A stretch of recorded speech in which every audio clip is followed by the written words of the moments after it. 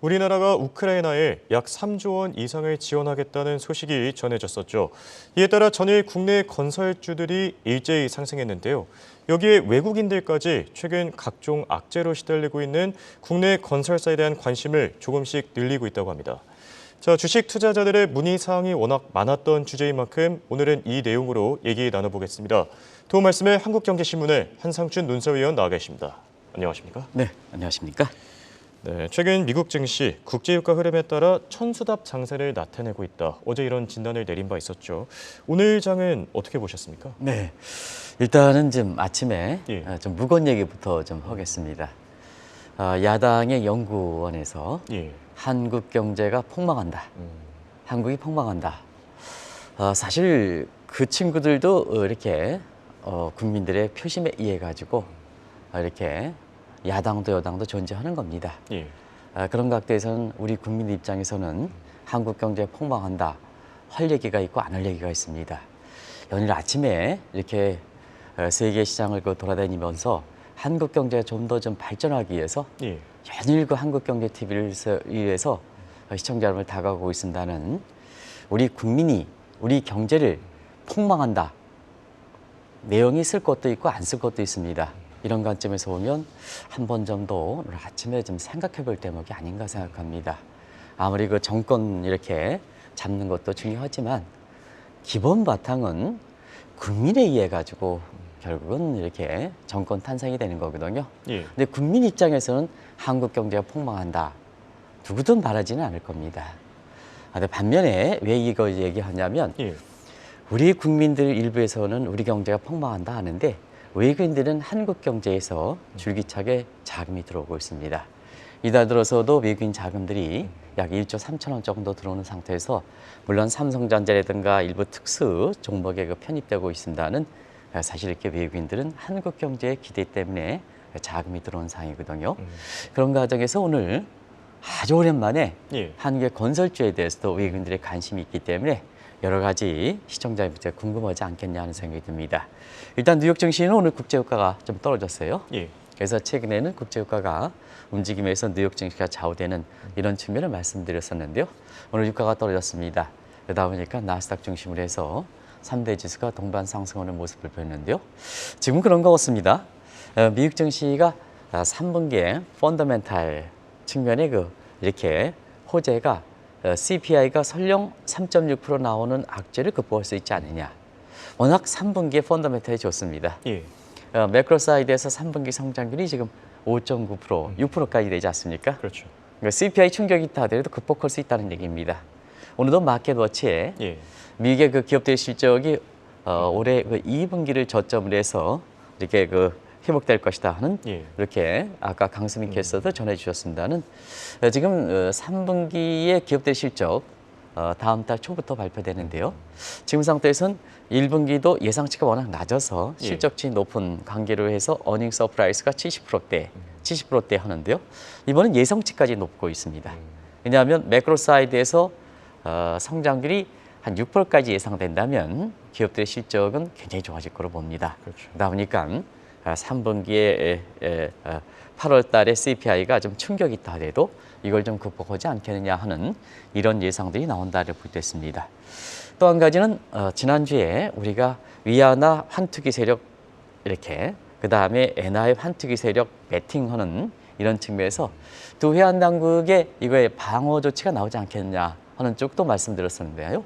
이번 주 들어서 어제 적극적으로 방어 조치가 나왔습니다. 예. 그래서 시청자 여러분 아시겠습니다는 어제 일본 은행의 총재 우에다 총재께서 이 양반은 잭슨 미팅에서는 사실 지금의 마이너스 금리 정책이나 엔저 정책을 변경시킬 가능성이 없다. 그러다가 지금 엔달러 환율이 사실 150엔대 이렇게 뚫을 조짐을 보이다 보니까 탁탁 또 말을 바꿨어요. 그래서 어제는 엔저 정책을 좀 포기할 수 있다 하는 입장을 반영하고 있는데요.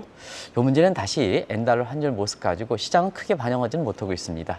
그만큼 여건적인 측면에서는 지금 엔화 강세 쪽으로 돌리기도 어려운 상황이기 때문에 저렇게 엔달러 환율이 일시적으로는 예. 1엔 정도 이상을 이렇게 하락하다가 다시 이렇게 회복되는 모습인데요. 이 근본적으로 변화가 있으면은 좀 말씀을 드리도록 하겠습니다. 어찌됐든 어제 중국의 인민은행, 그 다음에 일본은행이 자국 통화에 그렇게 환투기 세력들의 이렇게 약세를 겨냥한 환투기에 적극적으로 반영하는 측면에서 사실은 양 그 통화 당국의 개입에 따라서 환율이 좀 요동을 치긴 했습니다는 예. 근본적으로 변하기는 좀 어렵다 하는 이런 평가가 되면서 개입 당시에 번했던 급락음짐에서 다시 좀 정상을 되돌림 현상이 발생하고 있기 때문에 예. 이 문제는 시간을 갖고 좀 지켜볼 필요가 있다는 걸 말씀드리겠습니다. 알겠습니다. 자, 그리고 세계 부동산 시장 전망 앞으로도 계속 어둡게 나오고 있는데요. 그런데 내년에는 세계 부동산 시장에 큰 장이 설 것이다. 이런 시각이 있다고요? 네, 세계 부동산 시장은 전체적으로는 어둡게 전망하는 것보다는 예. 우리가 프래그멘테이션, 분절화 얘기를 했습니다. 그래서 용도별, 지역별로 분절화가 많이 나타나는 것이 앞으로 부동산 시장의 모습이다 이렇게 보겠습니다. 예. 그런 과정에서 상업용 부동산은 아주 안 좋을 거로 보고 있습니다. 내년에도 계속 안 좋을 거로 보고 있습니다. 한국의 그 국내 증권사들이 또 금융사들이 해외 부동산 투자를 상업용 부동산 건물을 많이 투자하고 있는데요. 상당히 좀 어려울 거로 보고 있습니다. 내년에도 쉽게 개선되지는 어려울 거다 이렇게 이제 보고 있습니다. 이건 뭐 근본적인 원인은 잘 아실 겁니다. 주거용 부동산은 사실 국가별로 차별 현상을 많이 보고 있다 이렇게 보게 됐습니다. 우리 경제와 관련해서 다시 조금 말씀드릴게요. 그래서 주거용 부동산은 좀 국가별로 차별화, 디커플링 현상이 볼 수 있는 거고요. 그 다음에 인프라 시장과 관련해서 인프라는 도로, 항만, 철도 그리고 IT 개설 이것도 최근에 인프라 관련돼 있거든요. 그래서 세계 재건 시장 같은 경우에는 내년에 큰 장이 있을 것이다. 자막을 바꿔주시기 바랍니다. 큰 장이 있을 것이다 이렇게 보고 있습니다. 예. 다들 아실 겁니다. 이렇게 우크라이나 재건 문제라든가 사우디 르네상스 계획 크게 양대축을 대고 있습니다는 중남미라든가 그 다음에 바이드노믹스가 집권 후기에 집권 초기에 사실 강조했던 사항 중에 모통 부분이 있습니다. 그게 뭐냐면 바이드노믹스의 도로, 항만, 철도에서 도로들이 굉장히 부식된 상태이고 철도도 부식돼서 그래서 재건을 하는 게 바이드노믹스의 큰 계획이거든요. 예. 이제 내년에 대선을 맞다 보니까 이 문제에 있어서 부채 협상이 끝나다 보니까 이 문제에 대해서 된다 하는 측면에서 미국도 재건 시장이 굉장히 이렇게 그 내년에 좋게 이렇게 보고 있습니다.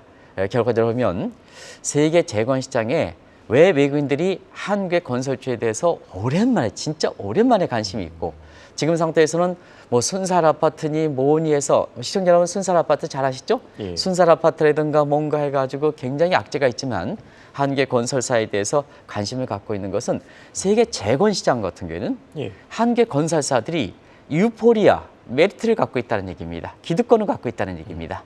그런 측면에서 내년에 세계 재건 시장 되면 한국의 건설사들이 최대 혜택을 받지 않겠느냐 하는 측면에서 외국인들이 관심을 갖고 있다 이렇게 보게 됐습니다. 네. 자, 지금 재건하면은 사실상 우크라이나가 가장 먼저 생각나는 것 같습니다. 시장이 의외로 클 것이다 이런 평가들이 많던데요. 네, 윤석열 대통령이 이번에 인도네시아와 인도를 그 방문하고 나서 예. 우크라이나의 그 재건 시장이 약 3조 이상 이렇게 재건할 것이다 이렇게 얘기해서 한국의 건설사들이 이렇게 재건 시장에 대해서 이제 굉장히 특히 우크라이나 건설 시장에 대해서 재건 시장에서 관심을 갖고 있는 것 같아요. 아시겠습니다는. 그래서 비단 이에 대통령이 말씀을 통해서 그런 것보다도 이점부터 우크라이나 재건 시장은 각국들이 이렇게 그 시장성을 볼 때에는 굉장히 각축전을 벌여왔습니다. 우리가 좀 늦은 감이 있습니다. 기득권의 혜택을 받는 점을 감안해 볼 때. 근데 뒤늦게나마 이렇게 한국에서부터 각종 악재를 극복하고 우리 건설사들이 관심을 보이는 것은 굉장히 다행스러운 일이다 이렇게 보게 됐습니다. 왜 그럴까 하는 측면은 이 재건 시장의 혜택은 항상 전쟁 중에 군사를 지원했느냐 아니냐에 따라서 재건 시장의 혜택을 주는 겁니다. 그건 예. 당연하겠죠. 그렇죠. 그냥 손 놓고 있다가 어떤 분은 한국에 왜 우크라이나 전쟁 때 이게 군사 지원이라든가를 하느냐 뭐 이렇게 얘기를 하는 시각이 있습니다는 우리 국익적인 측면에서는 우크라이나 재건 시장의 시장성이 큰데요. 이걸 하려면 전쟁 당시에 어쨌거나 우리 국익을 손상시키는 차원에서 군사 지원을 해야 되거든요. 그렇죠. 그래야 이제 혜택을 받는 거 아니겠습니까?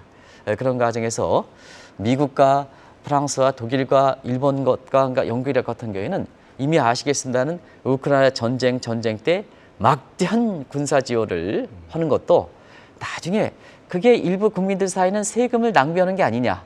비용을 지러 아니냐? 전혀 그렇지 않습니다. 나중에 찾아올 건설, 재건 시장에서는 군사 지원한 만큼 정확히 디스트리뷰션한 것이 과거의 모습입니다. 그러다 보니까 군사를 지원했죠. 예. 한국도 논란이 있었습니다는 자 윤석열 정부에서 우크라이나에 군사 지원하는 문제에 대해서 정말로 반발이 많았습니다. 그런데 저 우크라이나 한국에서 보면 나중에 말씀드리겠어는 한국 건설사들이 가장 강점을 갖고 있는 사람들이거든요. 그 회사들이거든요. 예. 그런 관점에서 보면 우크라이나 전쟁을 남북한 대치 문제 때문에 포기할 것이냐. 이거는 뭐 국익적 관점에서 우리도 들어가 있죠. 그래서 세계 재건 시장이라 하는 것은 제2의 전쟁이다. 치르는 것은 첫 번째 전쟁은 군사적인 측면에서의 전쟁이고 나중에 복구 문제에 있어서는 군사적인 지원에 따라서 이 재건의 비율이 결정되다 보니까 제2의 전쟁이다 부르는 것도 바로 그런 측면이다. 이렇게 예. 이해하시면 되지 않냐 생각합니다. 알겠습니다. 자, 지금 러시아와 우크라이나 전쟁을 치르면서 한국의 방위 산업도 사실 많은 혜택을 받고 있습니다. 그런데 우크라이나 재건이 본격적으로 시작될 경우 더 큰 수혜가 예상되지 않겠습니까? 네. 사실 우크라이나 전쟁이 이렇게 치르면서 예. 한국에 저도 깜짝 놀랐습니다. 방위 산업의 경쟁력이 그렇죠. 이렇게 높은지를 깜짝 놀랐습니다. 깜짝 놀랐습니다. 예. 우리가 사실 지금 보면 안보와 경제 결부시켜서 지금 중국 측, 미국 측을 갈 때 다이렉트리 미국과 중국에 이렇게 군사 장비를 쓰기는 좀 부담스러운 장면이거든요. 그런 과정에서 중간자에 해당되는 한국의 이러한 그 군사 장비들이 굉장히 이번에 수출을 많이 했다. 그리고 한국의 이 군사 장비가 얼만큼 경쟁력이 높은지 한국의 국격을 높이는 쪽으로 이렇게 이번에 알 수 있는 계기가 됐다. 저도 이 국제금융시장을 한 30년 이렇게 해오고 있습니다는 예. 이렇게 한국의 군수 장비와 관련된 경쟁력이 세계적으로 이렇게 각광을 받은지는 꿈에도 몰랐습니다.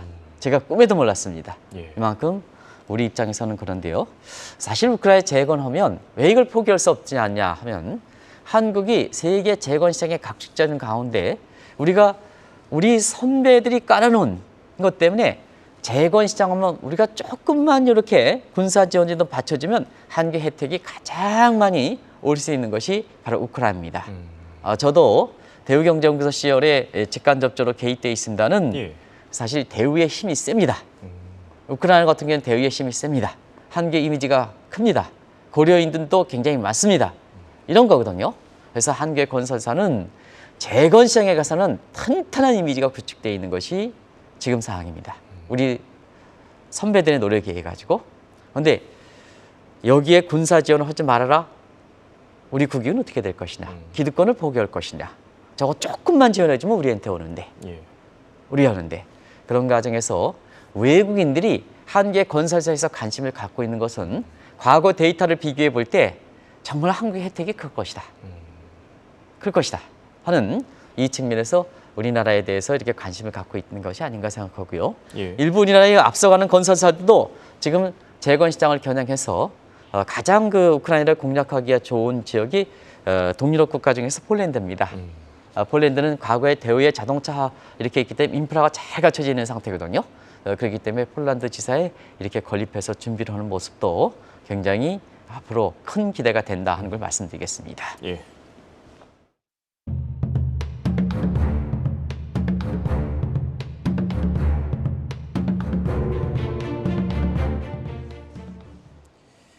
자, 이미 시장에서는 현대건설이 혜택을 받고 있습니다만 지금 세계 부동산 시장에서 대표적으로 사우디아라비아를 주목하고 있지 않습니까? 네, 보통 르네상스 기획의 본격적 착수는 예.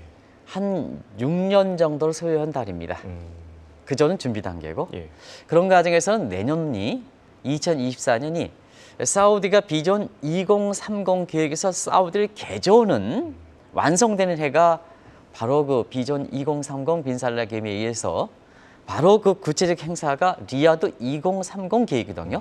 그런 과정에서 볼 때는 이미 그 홍영국께서 경제 지식이 높기 때문에 현대건설도 6조 원 이상의 이렇게 그 혜택을 받고 있습니다는 예. 내년부터는 이런 그 계획으로 이렇게 볼 때는 사우디의 르네상스 계획에 의해서 세계 재건시장 이 재건시장이 여기서 이제 재건시장이라는 것은 우크라이나 재건뿐만 아니라 예. 국가를 개조하는 사업도 재건 산업에 해당되죠.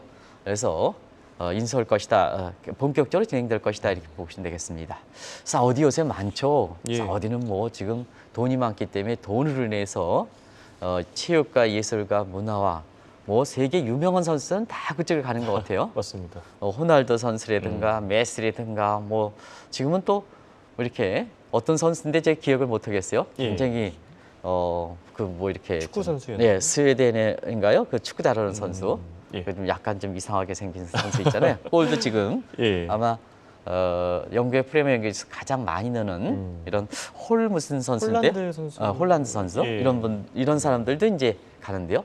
비단 그 체육 선수뿐만 아니라 미국의 자존심 PGA도 이미 그쪽으로 가고요. 그다음에 축구 명문팀도 그쪽으로 가고요. 선수들도 가져가고요. 그다음에 세계적인 명품 브랜드라든가 이런 것도 또 고급 옷들도 줄리어 그쪽으로 가는 분위기가 사우디 오일머니의 힘이다 이렇게 볼 때 있습니다. 그래서 지금 상태에서는 사우디가 빈살만이 주도하는 이 계획에 보면 결국 모토는 아랍에미리트인데요. 예. 이 007 시리즈에서 뭐 7편인가 8편에 이 르네상스 아랍에미리트의 그 호텔에서 나오는 그런 그 장면들을 보실 겁니다. 저도 그냥 쫙 해서 이렇게 나오는 장면들을 보는데요. 그런 예. 장면에 이렇게 모토가 돼서 사우디의 사막을 옥토화 추진하겠다.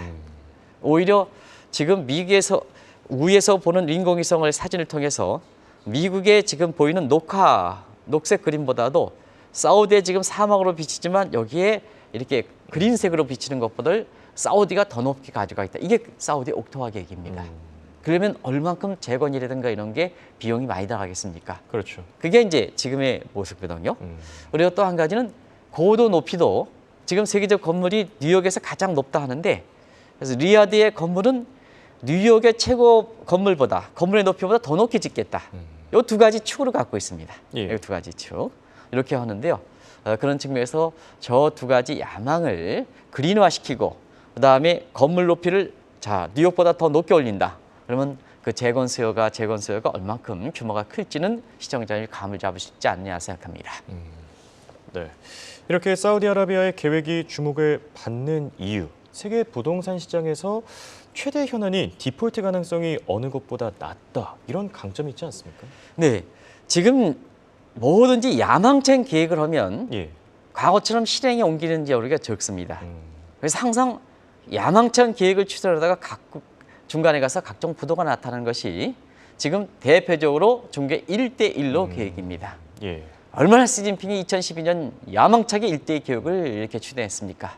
그런데 지금 상태에서는 1대1로 계획에 참여했던 국가들이 있잖아요. 예. 스리랑카, 파키스탄 모두 디폴트가 되고 있습니다. 그렇죠. 그래서 계획이 완성되느냐, 중간에 디폴트 되느냐, 이게 재건 시장에서는 굉장히 키 이슈가 되고 있습니다. 왜냐하면 인프라 건설이라는 건 주택 건설에 비해서 회임 기간이 길거든요. 주택 건설은 뭐 3년이다. 인프라 계획은 도로 항만은 3년보다 더 길거든요. 예. 그래서 디폴트 문제는 굉장히 중요하다 이렇게 볼 때 있습니다. 이런 과정에서 이렇게 야망찬 계획을 추진할 때 사우디의 이 야망찬 계획은 디폴트가 적을 것이다 하는 것은 그만큼 재원이 형성하기가 좋은 여건이다. 이미 시사학적인 측면에서 오일머니가 막대한 이력을 발휘하고 있습니다는 앞으로도 사우디의 원유에 대한 의존도는 이와 같은 요인에 의해서 더 의존도가 더 셀 것이다 이렇게 부여됐습니다. 그런 과정에서 뭐 몇 가지만 좀 말씀드릴게요. 예. 서방의 제재 문제, 사우디는 피해갈 수가 있죠. 러시아, 우크라이나의 제재, 천연가스 의존도가 추락되면 유럽 쪽에서는 원유에 대한 의존도가 높아지겠죠. 예. 그리고 기후변화 관련해서 지금 뭐 CO2 가스를 줄이는 미국과 중국 간의 빙봉 게임에서 이거 줄이지 못하고 있죠. CO2 화석연료에 대한 의존도 높아지겠죠. 지속되겠죠. 그리고 요 문제입니다. 지금 바로 북해산 브렌트 원유 시장이 사실상 예. 시청자 여러분 아시겠으면 세계 3대 원유 시장이라는 것은 서부 텍사스 중진유 WTI, 북해산 브렌트유, 그다음에 중동산 두바이입니다. 근데 북해산 브렌트유가 지금 하루에 100만 배를 거래하지 못하고 있습니다. 시장 기능이 죽었습니다. 그러다 보니까 북해산 브렌트가 지금 유지가 되고 있습니다. WTI, 미국의 WTI 편입된 상태는 한국경제TV를 통해서 아마 전해주셨을 겁니다. 그러면 양대 시장이 미국 시장과 중동 시장입니다. 중동은 사우디가 중심입니다. 그런데 사회주의 국가들은 미국산 서부 텍사스 중진유와 이런 거 사기가 좀 어렵다는 얘기입니다. 그러다 보니까 사우디에 대한 원유 의존도는 더 증대할 수밖에 없다는 얘기죠. 그런 과정에서 사우디가 앞으로도 사우디에 대한 의존도가 더 높다 하는 상태에서 자꾸 이것을 협상의 게임에 이용하는 겁니다. 왜냐하면 자 2030에 막대할 들어갈 자금 이 들어가기 위해선 사우디 입장에선 고유가 전략을 선호할 수밖에 없거든요. 예. 그래서 뭐냐? 지난주에 러시아와 사우디 간의 감산에 대해서 10개월 연장한다. 10개월 연장이 단순히 10개월로 그치지 않지 않겠느냐.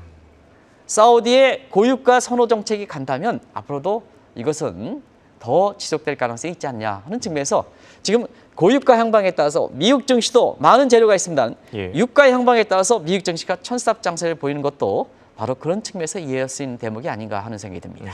알겠습니다.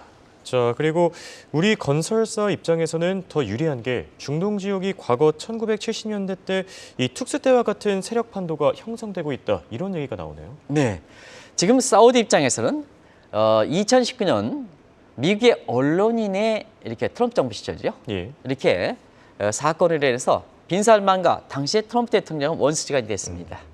이 부담을 받고 있는 것이 바이든 정부입니다. 그런 측면에서 사우디가 그동안 뭐냐 중국과 러시아에 다가섰던 것도 바로 그렇던 대목이거든요. 그런데 지금은 뭐냐 중국의 1대1로 계획이 굉장히 쇠퇴하고 있습니다. 이 틈을 타서 이번에 인도네시아와 인도의 정상회담을 통해서 미국이 자 1대1로 계획 정확히 똑같은 계획을 그리고 있습니다. 이게 반 1대1로 계획입니다. 예. 거기에 중심이 한국에 설하는 입장으로 지금 나오고 있습니다. 이런 상태거든요. 그런 과정에서 자 사우디가 중국이라든가 러시아에 돌아갔던 환경에 대해서 최근에 보면 1970년대 한국 경제에서 하나의 테이크오프는 중동건설 특수와 같은 비적 국제관계가 자 1970년대 후반과 같은 이런 상황이 도래되고 있다 이렇게 됐습니다. 이게 이제 지금의 상황입니다. 그런 과정에서 최근에 보면 미국과 사우디와의 밀착 관계가 굉장히 많이 나오고 있죠. 뭐 아시겠습니다. 인텔의 $250 이건 전해드렸습니다. 예.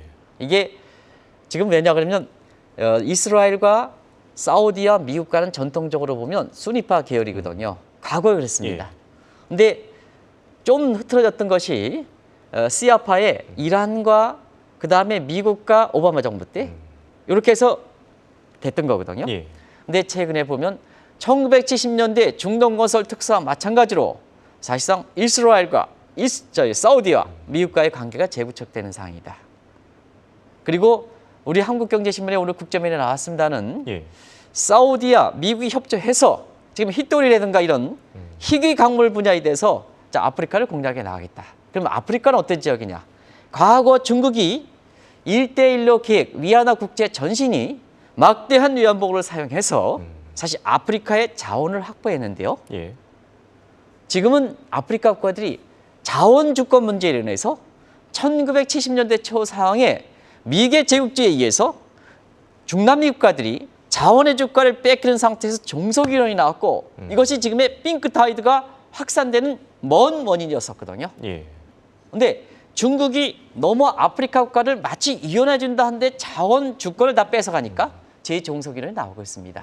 그 틈을 타서 미국과 사우디가 아프리카의 자원에 공략하고 있는 것도 이런 상황이기 때문에 과거 1970년대 이러한 한국의 중동에서 건설 특수였던 이런 상황이 재현되기 때문에 예. 한국의 이렇게 이 부분에 대해서 굉장히 선제적으로 이렇게 대응하면 이렇게 지금 여러 가지 국내에서 여러 가지 어려운 상황인데도 불구하고 이렇게 우리 건설사들이 좋은 모습이 되지 않겠냐 이런 예상이 외국인들의 관심을 갖고 있다고 보여졌습니다. 예, 알겠습니다. 이렇게 얘기를 듣다 보니까 사우디와의 관계의 특수성이 굉장히 중요해질 것 같습니다. 지금 2030 세계 박람회 유치와 관련해 사우디와 경합을 하고 있는데요.